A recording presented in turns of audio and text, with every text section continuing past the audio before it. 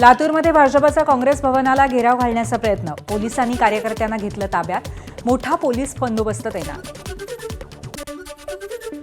गडचिरोलीत काँग्रेसचा भर पावसात चक्काजाम, लोकशाहीतील आवाज दाबल्याचा काँग्रेसचा आरोप, सरकारविरोधात जोरदार घोषणाबाजी. राष्ट्रवादी काँग्रेस शरदचंद्र पवार पक्षाच्या मुंबई युवक अध्यक्षपदी प्रतीक नांदगावकर याची निवड, पक्ष संघटना मजबूत करण्यासाठी शरद पवारांच्या राष्ट्रवादीची नियुक्ती. चंद्रपूर शहरामध्ये मुख्यमंत्र्यांच्या वाढदिवसानिमित्त भाजप कार्यकर्त्यांकडून विशेष पूजा हवन आणि वृक्षारोपण, तर जाहिरातबाजी आणि पोस्टरबाजी न करण्याच्या प्रदेश कार्यालयाच्या सक्त सूचना.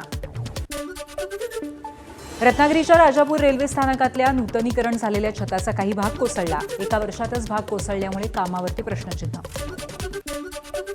भिवंडीच्या रस्त्यांची चाळण, खड्डे, तडे आणि उखडलेल्या पेव्हर ब्लॉक्समुळे वाहन चालक आणि दुचाकीस्वारांचा जीव धोक्यात. खडकवासला धरण पाणलोट क्षेत्रामध्ये मुसळधार पाऊस, खडकवासला धरण 73% भरलं असल्याची माहिती, तर धरणाच्या सांडव्यावरनं पाण्याचा विसर्ग सुरू करण्याची शक्यता, नागरिकांना सतर्कतेचं आवाहन. सातारा जिल्ह्यामध्ये मुसळधार पावसाचा जोर कायम, पश्चिम घाटातील धरणांच्या पाणी पातळीमध्ये झपाट्याने वाढ, कोयना धरणातील पाणीसाठा 61.30 TMCवरती, तर इतर प्रमुख धरणं 60% भरल्याची माहिती. गोंदियामध्ये पुजारी टोला धरणाचे 6 दरवाजे उघडले, धरणाचा पाणीसाठा 82%वरती, 4070 क्युसेक विसर्ग सुरू, नदी काठावरच्या गावांना सतर्कतेचा इशारा. मागच्या 5 दिवसांपासून भंडारा जिल्ह्यात आणि गोसेखुर्द धरणाच्या पाणलोट क्षेत्रामध्ये मुसळधार पाऊस, धापेवाडा बॅरेजमधून पाण्याचा मोठ्या प्रमाणावरती विसर्ग, गोसेखुर्द धरणाचे 13 दरवाजे उघडले.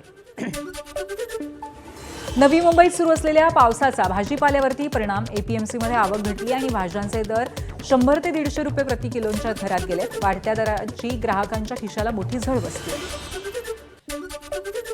आषाढी यात्रेनिमित्त पंढरपुरातल्या बाजारपेठेमध्ये वारकरी वाद्यांनी ही बाजारपेठ सजली आहे. 37 प्रकारची नवी वाद्य कमी किमतीमध्ये मिळत असल्यामुळे वारकऱ्यांची प्रचंड गर्दी.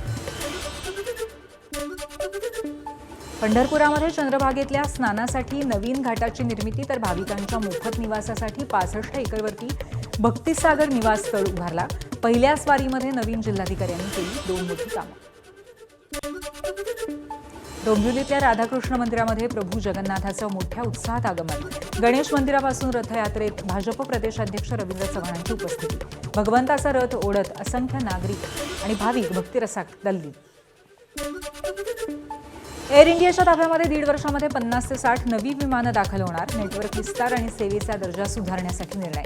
नव्या विमानांमध्ये वाईड आणि नॅरो बॉडी अशा 2 प्रकारच्या विमानांचा समावेश. 3 वर्षांपासून बेपत्ता असलेला 8 वर्षांचा मुलगा सापडला, मुंबई पोलिसांची मोठी कामगिरी, अंधेरीतील बाल आश्रमातनं पळाला चिमुकला. रत्नागिरीच्या दापोलीतल्या आडे कोळीवाड्यामध्ये हृदयद्रावक घटना, सभागृहाची सफाई करताना महिलेला विजेचा धक्का लागला आणि मृत्यू झाला. अंबरनाथमध्ये 7 वर्षांच्या मुलाची हत्या, आईच्या प्रियकरानं स्वरवंट्याने मारलं, मुलामुळे दोघांच्या संबंधांमध्ये अडथळा येत असल्यामुळे हत्या केल्याची माहिती, पोलिसांचा तपास सुरू.